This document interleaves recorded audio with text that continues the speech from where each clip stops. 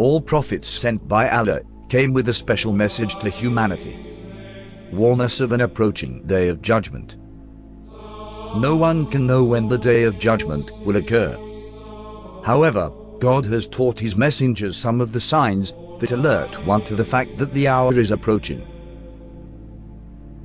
These signs play a very important role. They reinforce one's belief in the Prophet and are a reminder of the day of judgment. There's no doubt we are living in some strange times. These times were long foretold by our Prophet. Believe it or not, we are now right in the middle of the end times.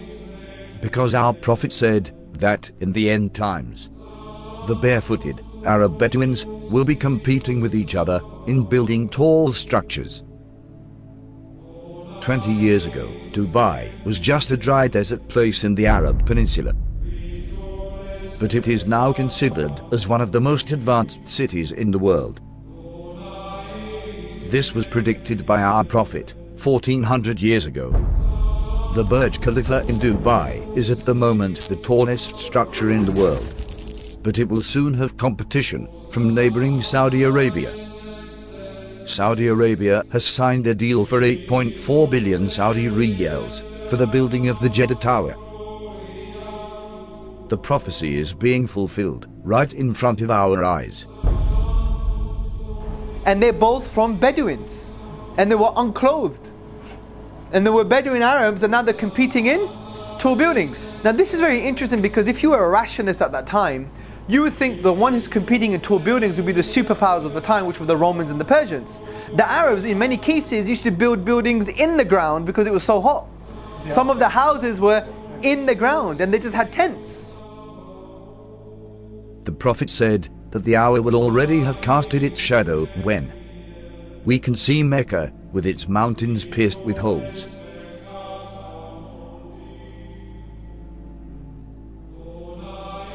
And its buildings reaching the mountain tops. Only a real prophet could make such clear and accurate predictions. The Prophet also said that in the end times, female singers and musical instruments will become popular. With popular, it's meant that these things will be achieved on a global scale. Today we can see numerous female artists who have attained worldwide fame. This has never happened before in the history of mankind. And again we can see the words of our Prophet being fulfilled right in front of our eyes.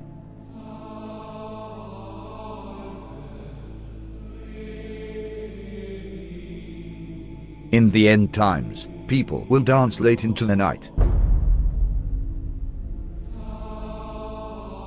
Muslim men will resemble unbelieving men. Muslims will slowly, but deeply, appropriate the traditions and ways of the Christians. Believers turn into unbelievers and will sell their religion for non-essential things of this world.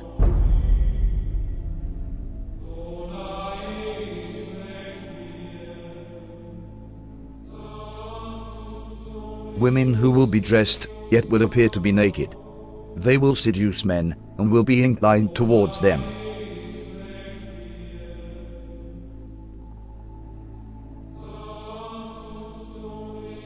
With something on their heads that looks like the humps of camels, leaning to one side.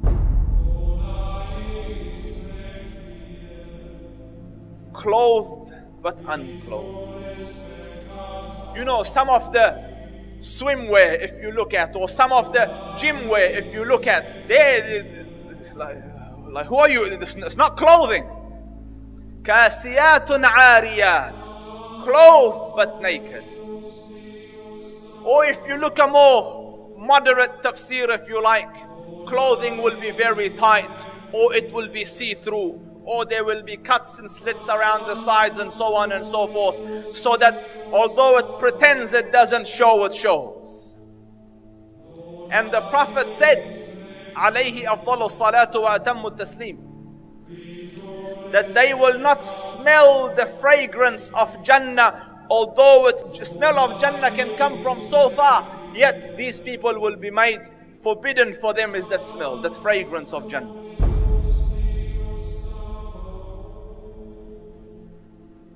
people will walk in the marketplace with their thighs exposed. This sign is very obvious, especially in Western countries.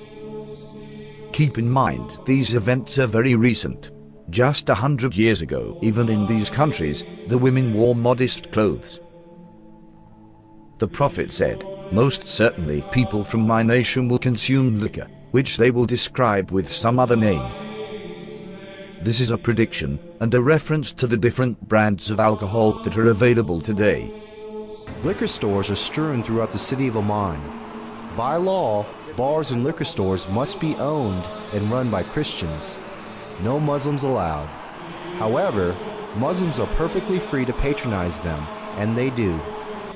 Our customers are both Christians and Muslims. We don't really have problems here. There will be many women of childbearing age who will no longer give birth.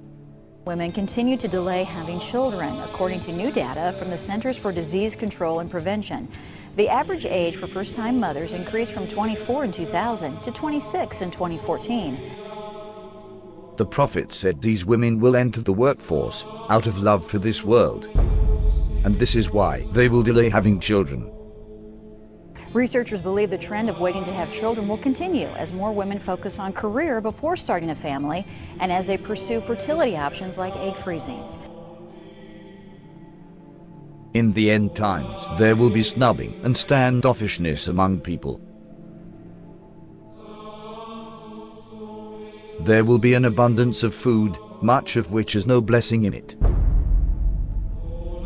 This is clearly a reference to fast food, which has absolutely no nutritional value. Wealth will increase so much so that if a man were given 10,000, he would not be content with it. But the wealth will be shared out only among the rich, with no benefit to the poor. The rich will get richer and richer. Today, the top 1% wealthy people have half of all the wealth in the world. Western corporations are plundering developing countries. The decoration of mosques will be a matter of pride and competition.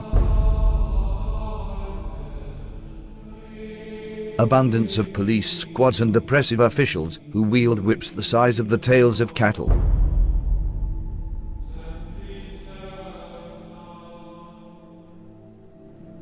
Men will begin to look like women. And women will begin to look like men. And there are many signs that should be troubling to people. The Prophet predicted same-sex marriage. I mean, that's a sound hadith. He said the end of time will not come until a man marries a man and a woman marries a woman. Sports today, Ireland became the first country in the world to pass a constitutional referendum allowing same-sex marriage. This is the moment same-sex supporters... And we have no evidence in human history that that was ever, we have no evidence that any culture has ever sanctioned same-sex marriage. But he said it will be one of the signs of the end of time. He said you will see nikah al-rajul al-rajul, wa nikah al-mar'ati al-mar'a. And nikah here means clearly marriage because homosexuality existed, so he wasn't talking about homosexuality or musahaqa. He was talking about marriage. You know, he predicted that the buildings of Mecca would surpass the mountains. And who could have thought of that in the 7th century of Arabia? Who could have thought of that? He predicted that people would go out of their houses with things on their thighs that would tell them what was happening back in their families.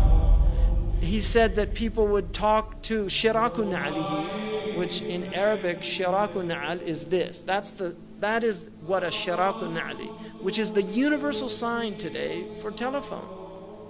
And he said a man will talk to his shiraku na'al. You know, that's how people say it, right? The Arabs call that shiraku na'al. The Prophet ﷺ predicted many, many things that have come true. That in the 7th century in Arabia, it just would not have been possible to predict those things, or it wouldn't even occur to people.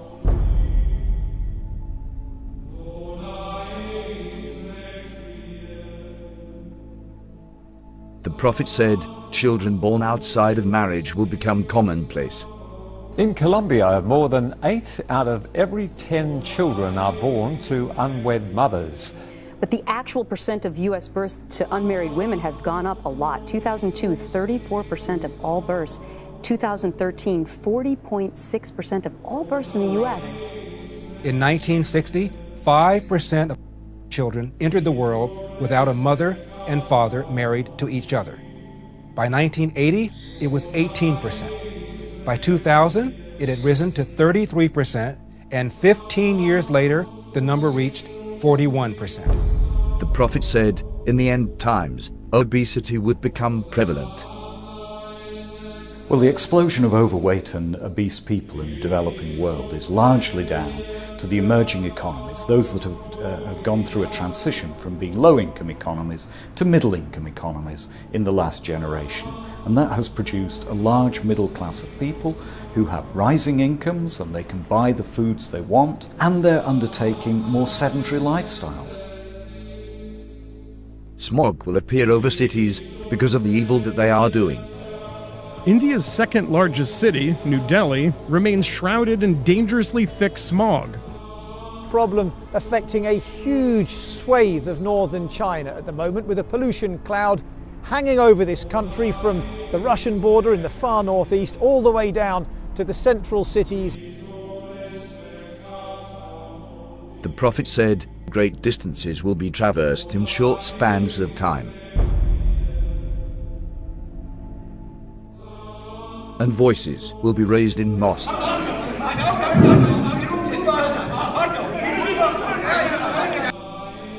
Rain will be acidic or burning.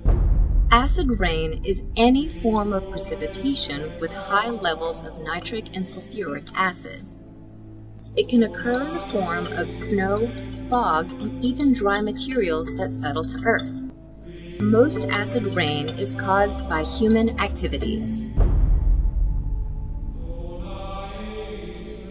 That there will be dishes and they will be communicating constantly, and then people will break the ties of kingship.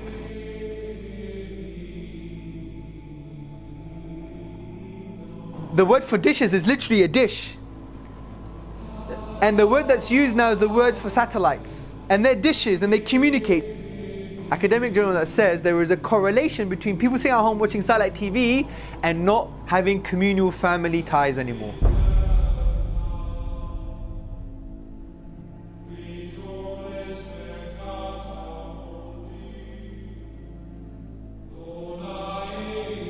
These signs leave absolutely no doubt about the prophethood of Muhammad. May the blessings of Allah be upon him. It's impossible somebody could predict all these signs 1400 years ago, except a prophet of God. These hadith were recorded thousands of years ago, in manuscripts that have been carbon dated back thousands of years by scientists. So nobody can even claim that these signs were made up to fit current events. What these signs also prove is that there is absolutely no doubt left that we are living in the end times.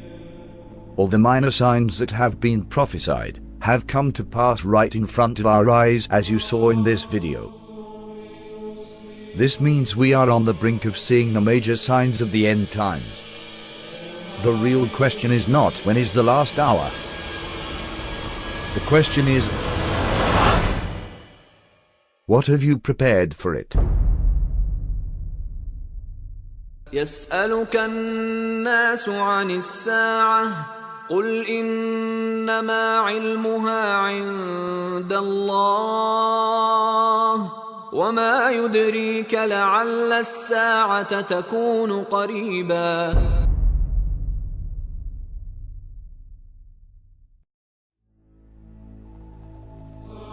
One of the first major signs that will plunge our world into dark times is a war so great, which humanity has not witnessed before.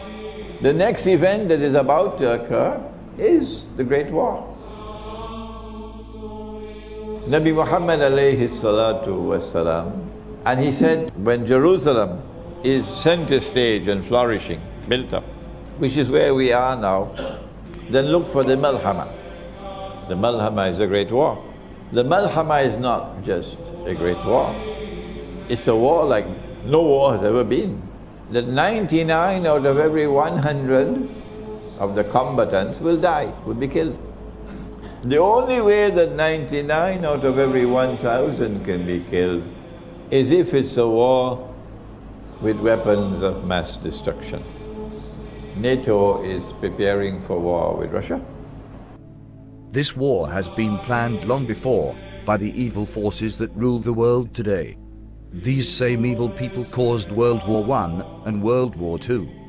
We can prove this claim by a letter that was written by an American general, Albert Pike. A 33-degree Mason and a top leader of the Ku Klux Klan, Pike was also believed to be a Luciferian. He claimed he was able to summon Lucifer at will as the Grand Master of the Order of the Palladium. In 1871, Pike allegedly sent a letter to an Italian political activist named Giuseppe Mazzini, in which he describes a curious dream about 3 world wars. In this letter, Pike apparently outlined specific events leading up to World Wars I and II. Additionally, Pike pushed for the organization of communism, Nazism, Zionism, and other international movements as tools to escalate these conflicts. According to this letter, the Illuminati will provoke a 3rd World War by creating religious conflicts in the Middle East.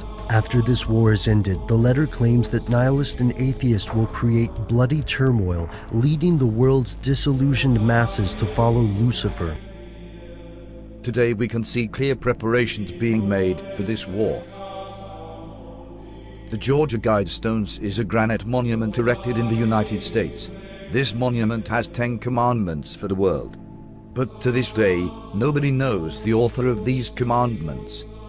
One of the commandments is to maintain humanity under 500 million. This proves that the satanic powers are behind this, and to achieve this they will cause a world war.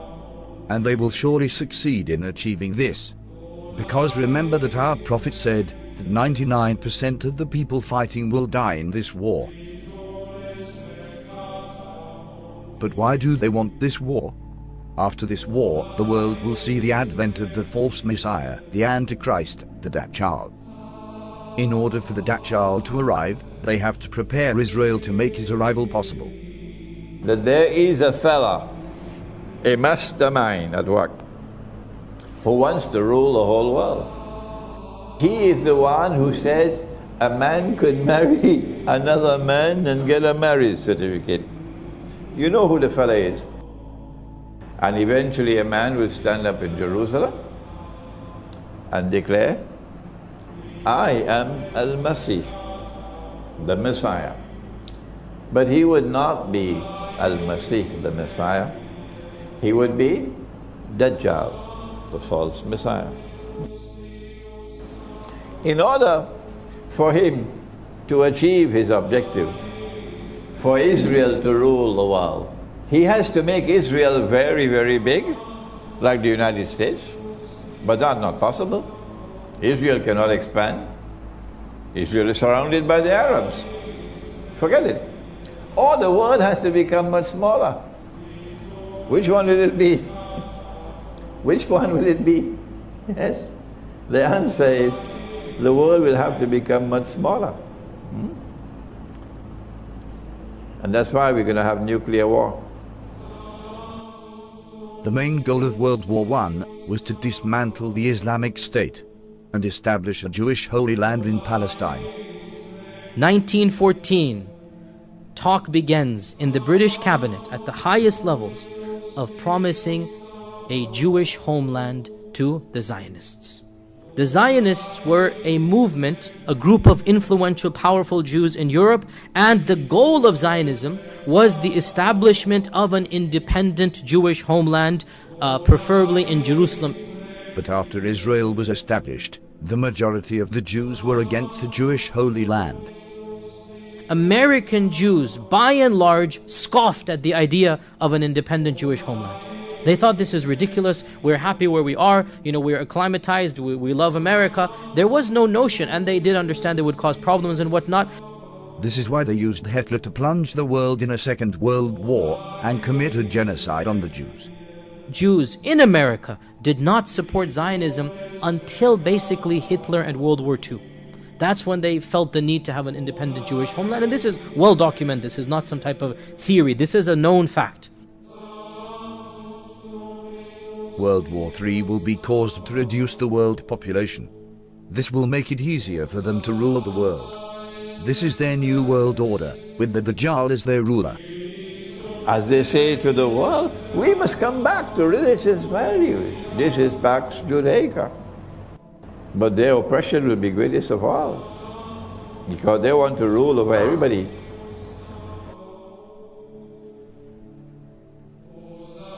So you must be thinking, why do they need Israel to make the arrival of the Antichrist possible? The Satanists want to build their third temple in Jerusalem. They need this temple for a global satanic ritual, which will allow the Antichrist to emerge. The Antichrist is just a human like us. He is one of the descendants of Prophet David. This global satanic ritual will give him superhuman powers, because he will have control over all the jinn, just like Prophet Solomon had authority over all the jinn. Allah says we gave him control over all the jinn kind. Those that could build so quickly magnificent buildings, and those that could dive into the oceans and extract from it anything he wanted and he asked for. Sulaiman alayhi salam. And he had also the authority to tie up these jinn in such a way that they would be slave for him, doing whatever he wants, all tied up in a line in a uniform fashion. So he had them in his army, and he had the wind in his army, and he was a king at the same time and a warrior. They came down with magic, two angels, Harut and Marut, where in a place called Babil or Babylon. And the reason they had to teach a few people what it was all about was so that they could distinguish between the miracle of a Nabi and the magic of magicians. When they were taught, they knew very well that this is magic, and what Sulaiman alayhi salam has come with is the miracle of a Nabi. They knew that what they are purchasing, the deal that they are making, will render them in such a condition in the Akhirah that they won't have any portion left for them in the Akhirah. If you take a look at Babylon, up to this day, it is the headquarters of magic. There are people, whether they belong to the Illuminati or whether they belong to the Freemasons, part of the same thing, who worship the devil completely, and the devil tells them, we will give you two things, power and kingdom, together with everlasting life. The seat of magic is in one of two places. You find it in Egypt, where the pyramids are, because there was a lot of magic at the time of Pharaoh. The temple of Solomon is spoken about. May Allah's peace be upon Sulaiman. His intention was brilliant. He in fact abandoned everything, but he had all the books under his throne. They were there. Sulaiman alayhi salam built a temple. It is reported that that tabut, the Ark of the Covenant, was also kept there to this day. And they are saying we were looking for the Ark of the Covenant, and in the process they are destroying the masjid. May Allah subhanahu wa ta'ala protect the haram. They will place this Ark of Covenant in the third temple, which will give the Dajjal his powers. When Musa alayhi salam was passing away, he gave a certain little box known as a tabut. It was a box, the Ark of the Covenant. In it were some of the fragments of the tablets upon which the 10 commandments were written, and a few items inside there. We don't know exactly what, there is dispute as to what it was, but for sure it was a reassurance and a comfort to the people who had it. And when they opened it, they felt very secure, they felt very calm. And every time they fought, they took that ark with them. And when they fought, they won the battle. Whenever the ark was with them, in it, it had the tablets that were given by Allah subhanahu wa ta'ala to Musa alayhi salam. They will use this divine knowledge for evil. Their third temple will be built at the same location as the Al-Aqsa Mosque. Preparations have already begun for the building of the temple. In Jerusalem, King David established our capital 3,000 years ago. In Jerusalem, King Solomon built our temple, which stood for many centuries.